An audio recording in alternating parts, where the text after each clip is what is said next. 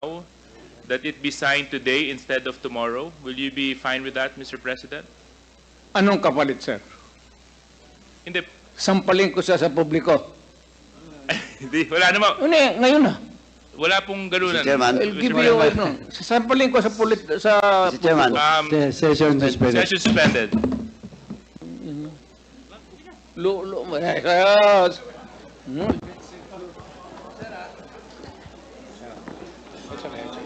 Sabi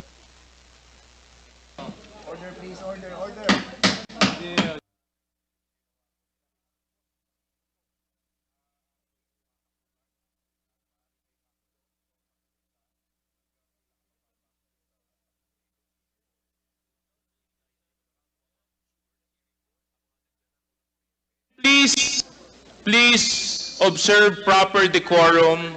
We are in a committee hearing. We have already stressed from the very beginning that the proper rules, decorum, will be implemented regardless of who you are. Regardless of who you are.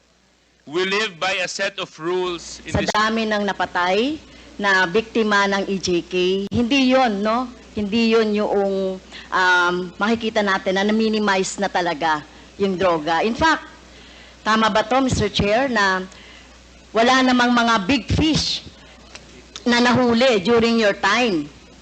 So, pwede mang magbanggit, Mr. Chair, si Mr. Duterte, na mga big fish, yung mga drug lord, mga nagmamanufacture ng droga during the time. Kasi ang nakita lang natin ay bloody, no? Dugo ng ating mga maliliit, mga mahihirap na mga mamamayan. Pwede ka bang magbanggit, Mr. Chair, si Mr. Duterte, na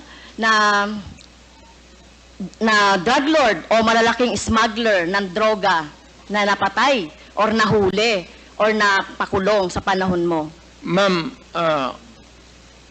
magtanong ako. Mr. Chair, ako po yung nagtatanong. Point of order. Hindi, teka muna. Pwede pong sasagutin na lang ng resource person. Mali yung tanong mo eh. So, Mr. Chair, bakit mali po yung tanong ko? Ang tinatanong ko lang po, may nahuli ba kayo na malaking kriminal, mga drug lords, mga nagmamanufacture ng droga sa panahon niyo po? Kasi ang nakita lang ng tao ay yung mga namatay na mga bata, na mga small time, na mga drug addicts, or mga pusher, etc. O meron mang mga LGU na mga mayor, merong iba. Kaya lang, yung pinanggagalingan po ng droga, meron po ba, Mr. Chair? Meron, ma'am. Marami doon nasa dagat, harap ng Davao. Yung iba naman dyan sa Mount Apo. Can you elaborate on that? Anong dagat at anong tapo? Tinapon ko. Sino po yung mga tinapon ninyo na mga drug lord at smuggler at malalaking fish sa droga? Hindi ko na tinanong bakit pa ako magtanong. Basta pag nahuli, drug lord, I take over, lagay ko sa bangka, pagdating doon sa dulo, talian ko yung kamay pati paa, tapos itapon ko. Okay. So, dapat po magbanggit kayo. At alam ko po, Mr. Chair, si Mr. Duterte ay isang lawyer. At alam ninyo yung due process. At alam nyo ba paano pahalagahan ang buhay? Whether yan po ay talamak na kriminal o wala ng pag-asa sa buhay or whatever, kung nahuli, dapat ay binigyan ng due process, ikinulo, inahawan ng cases, kinulong, at hindi agad-agad ng pinapatay na katulad ng ginagawa ninyo, Mr. Chair, ni Mr. Duterte. Ginagawa ni Mr. Duterte yung sa sinabi niya. Ma'am, ang preso kasi ma'am sa amin is only good for 40, 50. Minsan umaabot na kasi ng 80, 100. Overcrowded na. So, yung iba, itatapon mo na lang para medyo maluwang. Well, excuse me sa mga audience, no? Siguro may kakampi dito si Mr. Duterte. Hindi po nakakatawa yon. Hindi ako nagpapatawa, ma'am. Pero hindi po kami natatawa. Mr. Chair, wag mong gawing katatawanan But hindi ang na. hearing na ito. Eh, sinasabi ko sa iyo. Well, naging presidente ka, Mr. Chair. correct. Pero dapat alam niyo po yung due process at pagpapahalaga sa buhay. Hindi yung ganyan. Sino bang may kasalanan? Bakit po congested ang ating mga kulungan? 'Di ba? Bakit po sinasabi ninyo hanap buhay ng ibang mga tao yung droga? 'Di ba dapat obligasyon ng pamahalaan na i-provide ng pagkakataon, oportunidad para sa employment ang mga tao para hindi po na ano sa droga na katulad ng sinasabi ninyo, no, mga dahilan. Pero ito po, no, wag niyo pong gawing katatawanan. Kung totoo po yung sinasabi niyo, name names. Sino po yung tinapon niyo sa sa dagat? Nakita pa po ba yan ang kamag-anak niya? Ito katulad po ng mga biktima ng ating droga, ng biktima ng EJK dito. Wala man, Davao man ako assign, ma'am. Hindi po, Hindi ito man katulad dito? nito, katulad niyan. Sinabi po Mr. Chair ng ating ni Mr. Duterte na pag may nahuli siya na sangkot sa droga o malalaking fish, tinatapon niya. So gano'n na po ba ka-cheap?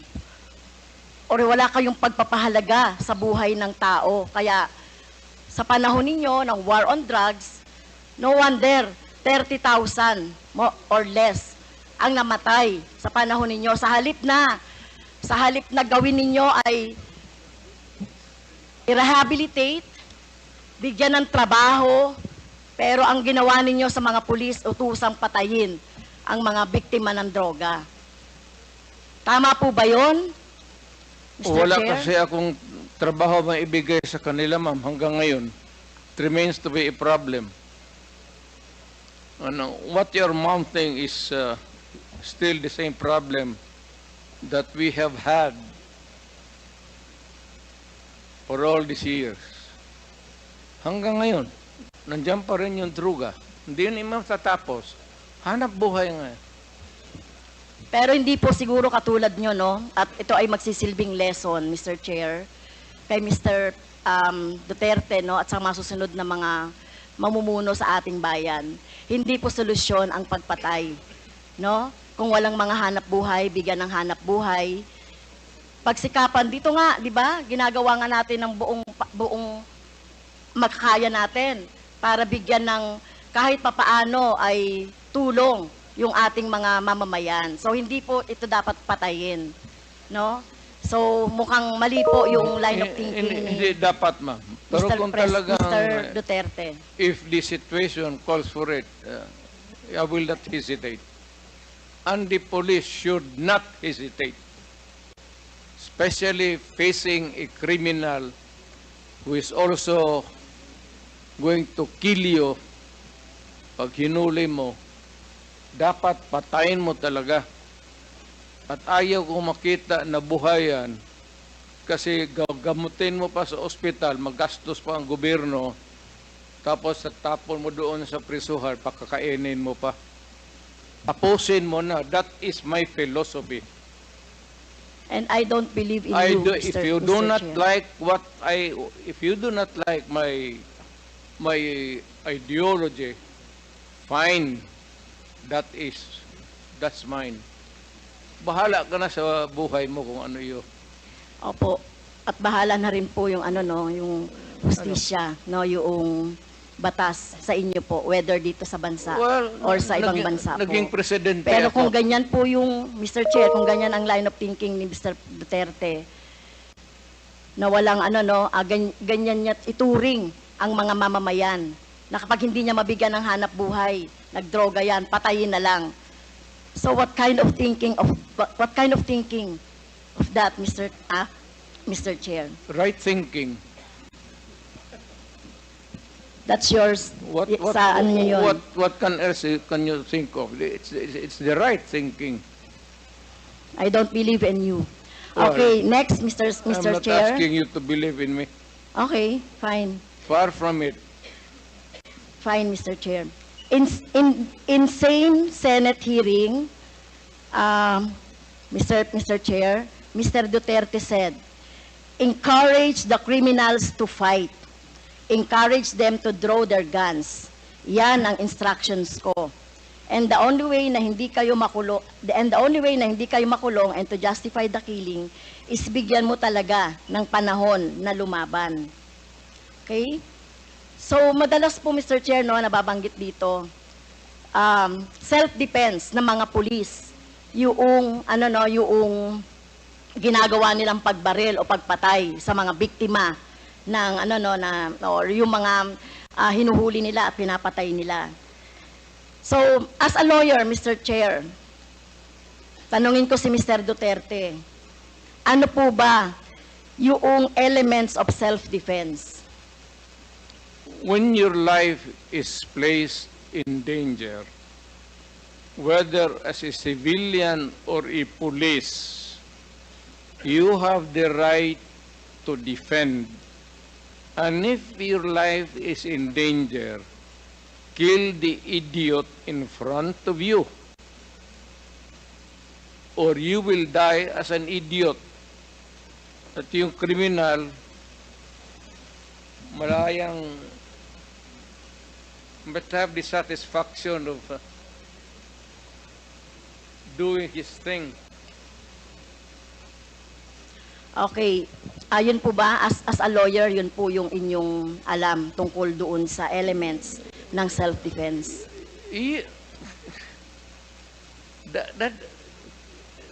Ibang ano ma'am, performance of duty, yung self-defense, elements of self-defense, kasali yan doon sa, it also at favors the policeman or soldier. Isa lang ang standard niyan, ma'am. Are you in danger of losing your life in front of a person, whether really criminal or your enemy? Galit mo. And there's a confrontation, a violent activity ensues. And if your life is in danger, put the idiot down. Rather mamatay ka. Ano ba itong buhay na ito? Okay. Magpadrama ba tayo? Thank you po, Mr. Chair. Salamat. So, sinasabi niyo po, encourage the criminals to fight. Okay? Encourage them tama to yan. draw their guns. Tama yan, ma'am.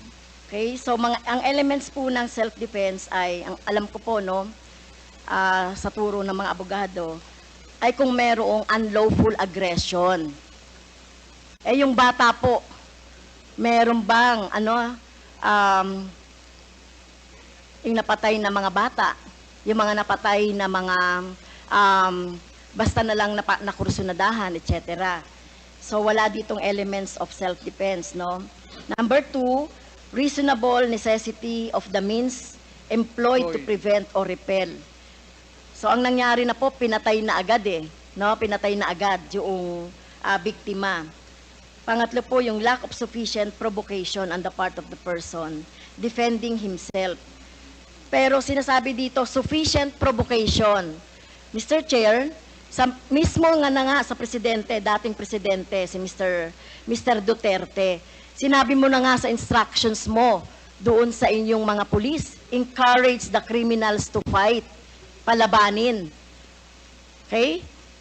At narinig ko pa nga minsan ay kung walang baril ay bigyan ng baril. So encourage. So saan po dito yung elements of self-defense na sinasabi po ng mga pulis ninyo? Pero kayo po, kapag kapag yung time na nandiyan na yung biktima o nandiyan na yung suspect, kayo po talaga, gusto nyo patay talaga agad. I mean, I do not mean to be discourteous, Mr. Chair. I'd like to advise the lady to, pag siyang pumasok dyan sa aggression, you'd never understand that. Wag na lang. Your hypothetical Hindi, Mr. Chair, si Mr. Duterte mismo nagsabi patayin agad. Wala bang pagkakataon na mabigyan na mabigyan ng pagkakataon yung suspect or yung gustong mahuli? Ang concept niyo talaga patayin agad ang mga kriminal o yung mga addict o yung mga pusher. Pero ang tanong ko nga, hindi niyo ginawa yan sa mga drug lords. Okay? Hindi kayo nang huli ng mga manufacturer ng drugs. Pero yung mga maliliit, ganyan ang tingin ninyo, ano? Yung mga kriminal na sinasabi ninyo. Ganyan niya tratuhin.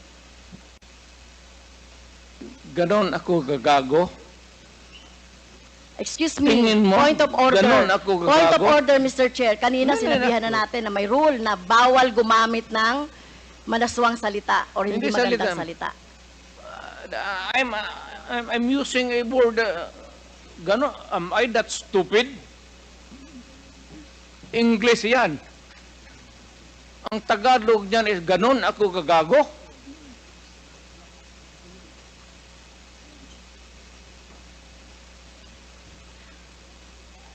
Abogado ako, fiscal ako, ganon ako gagago.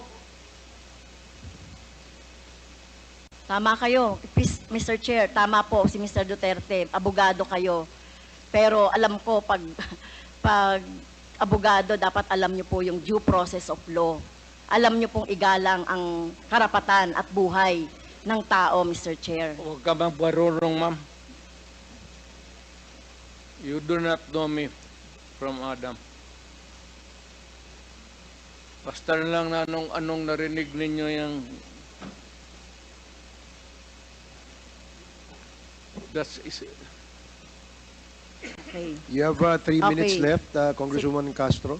Yeah, last time na po ba, Mr. Chair? You have 3 minutes left. 3 minutes na lang. Okay, thank you, Mr. Chair. Si Michael Yang po ay kilala na at kilala pong malapit sa inyo sa kay Mr. Duterte, Mr. Chair. At in fact, sa panahon po ni Mr. Duterte, inappoint siya as economic manager. So, dito po, Mr. Chair, nababanggit sa mga resource persons natin yung papel ni Mr. Yang, Michael Yang, sa droga, sa kalakalan, sa droga. So, ang tanong ko po kay Mr. Duterte, pagka nilabag po itong mga ito. Yun. Now, Mr. Chair, I would like to direct my questions, Mr. Chair, to Rodrigo Duterte. Mr. Chair, noong October 28, sinabi ni dating Pangulong Duterte, under oath, sa harap ng Senado, and I quote, I and I alone take full legal responsibility sa lahat na nagawa ng mga pulis. Pursuant to my order, ako ang managot. At ako ang makulong, wag yung pulis na sumunod sa order ko. Ang tanong natin, Mr. Chair, the families of innocent extrajudicial killing victims are present. Yun po yung pinagsalita nyo kanina. So can the former president look them in the eyes and say once more that he takes full legal responsibility for the deaths of their loved ones, Mr. Chair?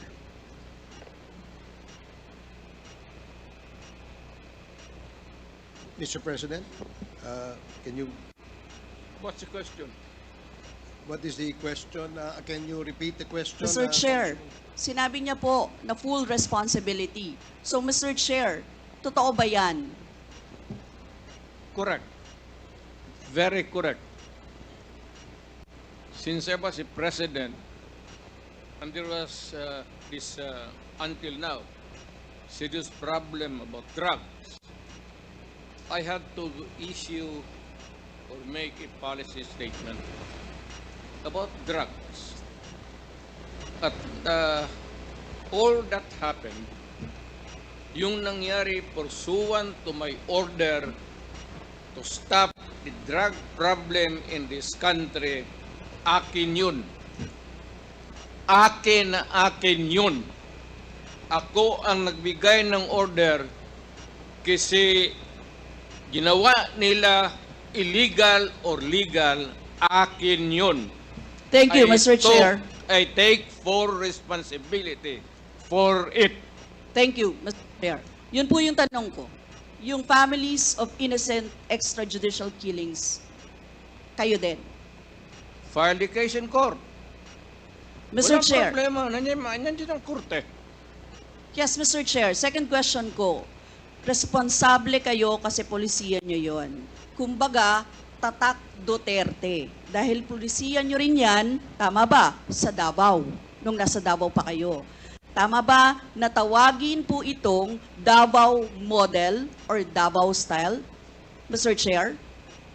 I cannot control the semantics. Mr. Chair, yes of or the no? metaphor. Davao style. Do not ask me to answer yes or no. You are not an investigator.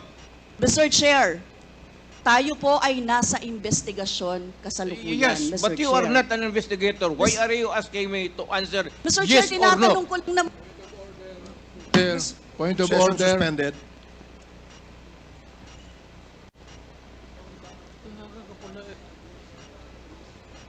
Point of order, Mr. Chair.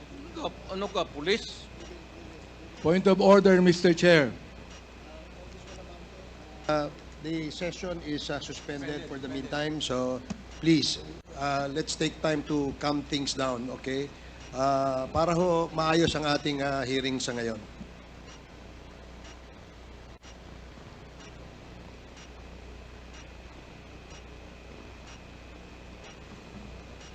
Hearing is resumed. Please proceed, Congresswoman Rosas. Yes, Mr. Chair. Napakasimple lang po ng tanong ko. Tinatanong ko lang po kung yes or no, Davao style ba yung inyong modelo. Mr. Chair, ayaw niya sagutin. So, Mr. Chair, hindi ko maintindihan yon. I'm What is sorry, your personality, Your Honor?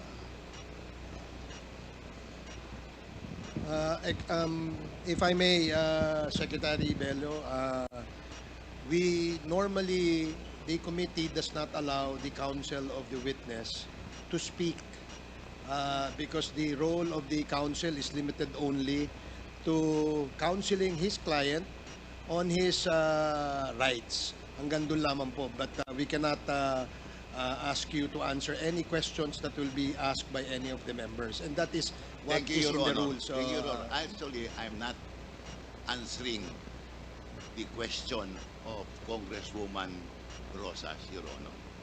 My point is, Your Honor, to allow the resource person to finish his answer. Okay, we will do that. Thank you, Attorney Bello. Thank you, Your Honor. Thank you.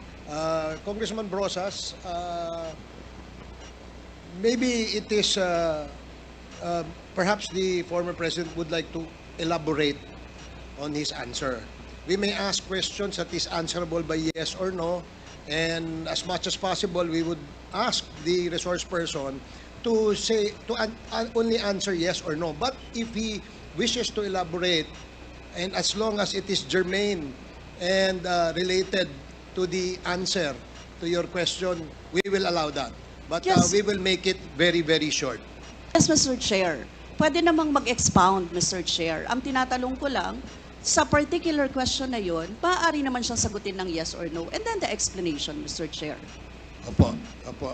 Mr. Do Pres- not control my answer, kung Your Honor.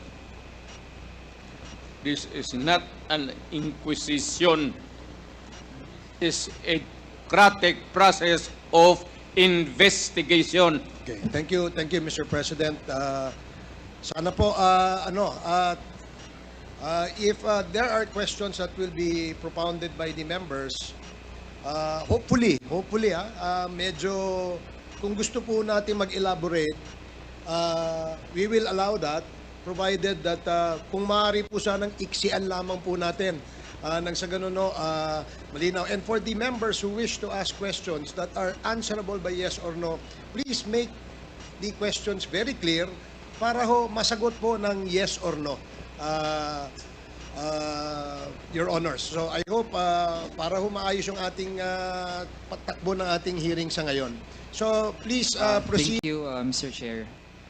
Mr. Chair, tanong po natin sa dating Pangulo Rodrigo Duterte. Gusto po natin i-confirm kung totoo na matapos mag-testify dito sa Quad Committee si retired Colonel or dating Colonel Garma, Regina Garma, totoo po ba na tumawag si dating Pangulong Rodrigo Duterte sa kanya para ipaliwanag kung bakit INC members kagaya ni Colonel Leonardo ang mainam na ilagay sa key roles dun sa war on drugs?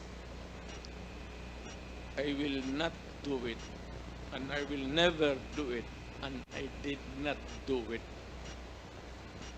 Hindi ako mag-explain sa pulis kung ano ang ginawa niya. Ikaw ang managot niyan, hindi ako. Kung may order ako sa pulis, gawain mo yan. At pagka pumutok yan, iyo yan. Huwag mo akong turuin dito kasi trabaho mo yan as a pulis. Hindi kita kailangan.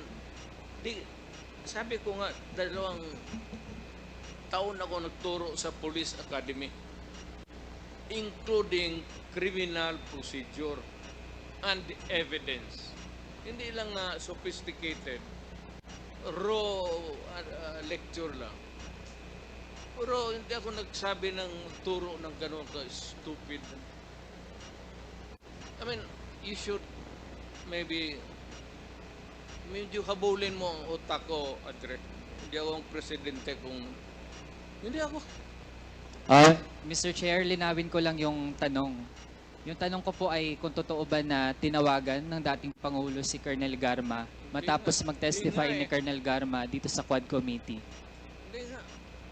Bakit ko siya tanungin? Sarili niya yung trabaho. Siya ang managot. Why would I call anybody? You are a policeman, policewoman, do your duty. Kung nagkaletse-letse yan, you explain to the judge. And if you are not believed by the court, then you go to jail. That is your duty. That is your destiny. Mr. Chair, karugtong po niyan, tama po ba na pinaliwanag na kaya napili si Colonel Leonardo para sa isang key role doon sa war on drugs ay dahil mapagkakatiwalaan siya sa pera? I do not give money to people. Wala nga akong pati hindi pagsayangan yung... Alam mo, kung may pera man ako sa city government, I'd rather buy rice for the... Yung police, may sweldo yan. Kung may operation, magsabi sila, bigyan ko. That's the most that I can do. Kasi magsabi, out of the province, out of the city, you would need gasoline. Alam mo ba, baka, what time malaman mo? Alam mo ba na noon ang police walang gasolina? And there are stations na walang gasolina ang police. Alam mo ba yan? Mr. Chair, Muna. At yung mga... Mr. Chair, I think nabanggit yung na po mga yan kanina sakyan- doon sa sagot sa mga 1 minute dati suspension. nating mga mambabat. Makinig ka muna kasi... Sandali lang po. Sandali lang po. Suspended po muna tayo.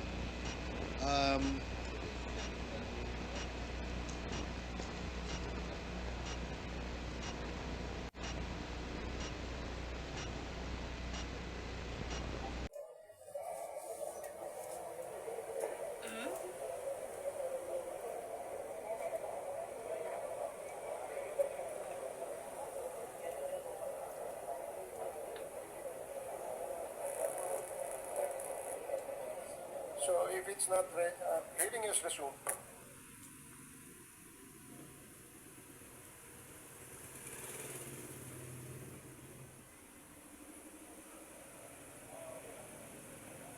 Okay.